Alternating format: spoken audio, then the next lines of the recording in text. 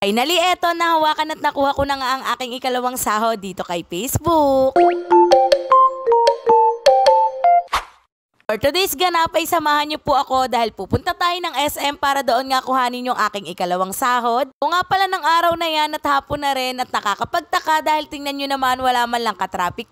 Kasi linggo at hapon na ay medyo traffic nga dyan sa may papuntang SM. Pero dahil wala nga traffic ng mga oras na yan ay mabilis lang talaga kaming nakapunta diyan sa may SM. Kapasok at pagkapasok nga sa may SM ay naghahanap na nga kami ng ATM machine para doon nga kuhanin yung aking ikalawang sahod. Pag naglalakad nga kami eto at meron na palang Christmas decor dito sa SM Calamba at damang-dama mo na talaga na malapit na talaga ang Pasko. Kaya nga lang at hindi namin kasama si Iya dahil nung araw na yan ay umattend nga si Iya ng Halloween party sa aming barangay. Balik nga tayo eto, nasa ATM machine na nga ako para kuhanin yung aking ikalawang sahod. So kinakabahan pa nga at na-excite ang taong yan dahil yung akin pong pangalawang sahod ay malaki doon sa una at yun nga ay doble sa una kong sahod. Sobra talaga yung pasasalamat ko kay Lord pati na rin sa mga taong sumusuporta sa akin. Tapos na nga akong mag-withdraw mga mare at eto na nga yung aking ikalawang sahod. Pagkakuha ko ng aking sahod mga mare, ayan at nagdiretso agad kami sa grocery store para nga kami ay makapagsimula na ng pamimili. Saya talaga ng puso ko dyan habang papasok ng grocery store dahil hindi talaga ako makapaniwala na mag-grocery ako mula sa sarili kong sahod. Hindi galing sa sahod ni Mister, kaya naman yung sahod ni Mister ay itatabi na muna namin. Dahil for today's video ay ang Mami Shenyo nga ang taya para sa grocery. Nakakatuwa lang talagang isipin dahil kahit nasa bahay ako eto, makakatulong na nga ako kay Mister sa ibang gastusin sa bahay. Kaya nga niya pag-grocery. Wala naman na lahat ng biyayang iyan ay nagmumula kay Lord kaya't hindi talaga ako magsasawa na pasalamatan siya sa araw-araw. Siya, mabalik tayo din sa aming pag-grocery guys. Ayan at magsisimula na nga akong mag-add to cart ng aking mga cravings. Beses pa nga lang ako nakakatikim ng Korean noodles na yan at yung una nga noon ay libre pa. Kaya naman pinangako ko sa sarili ko na kapag sumahod ako ng malaki-laki ay bibili talaga ako ng mga cravings kong pagkain na hindi namin afford bilhin noon sa sahod ni Mister. Sahod kasi ni Mister noon na budget namin pang grocery ay sapat lang talaga para sa mga pangunahing pangangailangan namin. Naman super thankful ako dahil ngayon ay nabibili ko na nga yung aking mga cravings na pagkain na akala ko noon ay pang mayaman lang. At eto pa nga yung isang pagkain mga mare na gusto kong bilhin at kinikilig naman talaga ang pagkatao ko dahil finally ay mabibili ko na nga siya. Kita ko nga lang iyang corn beef na iyan sa mga mami vlogger na nag-grocery vlog. Na napapanood ko talaga yung brandang corn beef na iyan sa kanila na ina-add to cart nila ay napapasabi talaga ako na anong klaseng corn beef yan, bakit napakamahal. Sinasabayan ko nga na pagmamanifest na makakatikim din ako ng corn beef na yan at kakamanifest ko ayan nakabili nga tayo kahit isang lata lang. Iba napakasimple lang nan pero sa akin ay napakalaking achievements na nan. Makabili ako ng isang corn beef na nagkakahalaga ng 135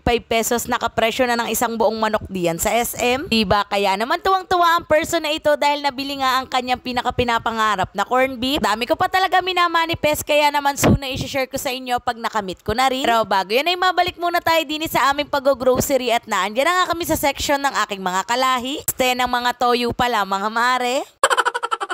Mga lang kami dyan ng mga toyo, patis, oyster sauce, pati na rin yung mga paborito ni Daddy na sausawan. Na din ako niyang special miswa dahil napakasarap talaga nan sa sardinas. Ito na, andyan na nga kami sa may UTI section at kinuha na nga namin yung aming mga paboritong kainin dyan. Pero hindi naman namin palaging kinakain yan at paminsan-minsan lang. So kumuha na nga din kami ni Daddy ng aming pansit canton at opo, magkaiba po talaga kami ng trip na flavor. Nakuha ko na nga rin si Daddy ng 1 kilo lang na french fries dahil sila lang naman yung mahilig kumainan. Kuha din ako ang Bounty Chicken Nuggets dahil may nakapagsabi na masarap daw yan. After kumuha ng price ay dyan naman kami nagdiretso sa may meat section at pinakuha ko na nga si Daddy ng isang buong manok. Na nga rin si Daddy ng leeg at after doon ay dyan naman nga kami nagdiretso sa mga bilihan ng drinks. Da talaga nag-grocery kami ay hindi pwedeng hindi ako dadaan diyan sa mga drinks na yan dahil napagka mauhawin ko nga. Hindi nga tubig yung binili ko dyan at iyan ngang locally sampalok yung aking binili. Ukali guyabano nga yung gusto kong inumin pero dahil wala ay tinry ko nga iyang flavor na sampalok at masarap din naman. Nga tayo na andito naman nga kami sa condiment section at sa section na yan ay si Daddy nga yung nakatoka dyan. Kung matagal na kita na followers ay alam na alam mo na si Daddy nga yung madalas magluto dito sa bahay. Forward nakatapos na nga kami dyan ng pamimili at naandyan na nga ako sa may counter. Counter na nga ako ay natutuwa talaga ako dahil eto yung first time na pag-grocery ko nang hindi man lang ako kinakabahan. Hindi ko talaga ma-imagine na darating ako sa point na yan dahil noon kapag nag-grocery ako ay may hawak pa nga ako na calculator. Tuos ko talaga noon bawat bawat kinukuha ko para malaman ko kung sobra ba yung mga kinuha ko sa budget o sakto lang. Anong araw na yan, lahat ng gusto kong kunin o kainin na pinapangarap ko ay nabili ko ng walang pag-aalinlangan, kaya naman thank you Lord. Kaya naman araw-araw ako magpapasalamat sa iyo Lord dahil sa kabutihan mo sa buhay ko. Buhay ko na akala ko ay hanggang doon na lang, pero pinamukha mo sa akin na hindi ako hanggang doon lang at meron kang magandang plano sa buhay ko. Naman tayo sa sunod na kaganapan dahil nakatapos na nga kami ng pag-grocery. Ayan, at kakain na nga kami at si Daddy na lamang yung aming pina-order. Ang antay nga lang kami diyan ng aking mga pinsan kay Daddy habang siya ay umu-order. At ako naman ay eto yung aking o-orderin yung kanilang beef and mushroom dito sa rice in a box. Di naman nagtagal, ayan, at nakumpleto na nga rin yung aming mga pagkain, kaya tara kain po tayo.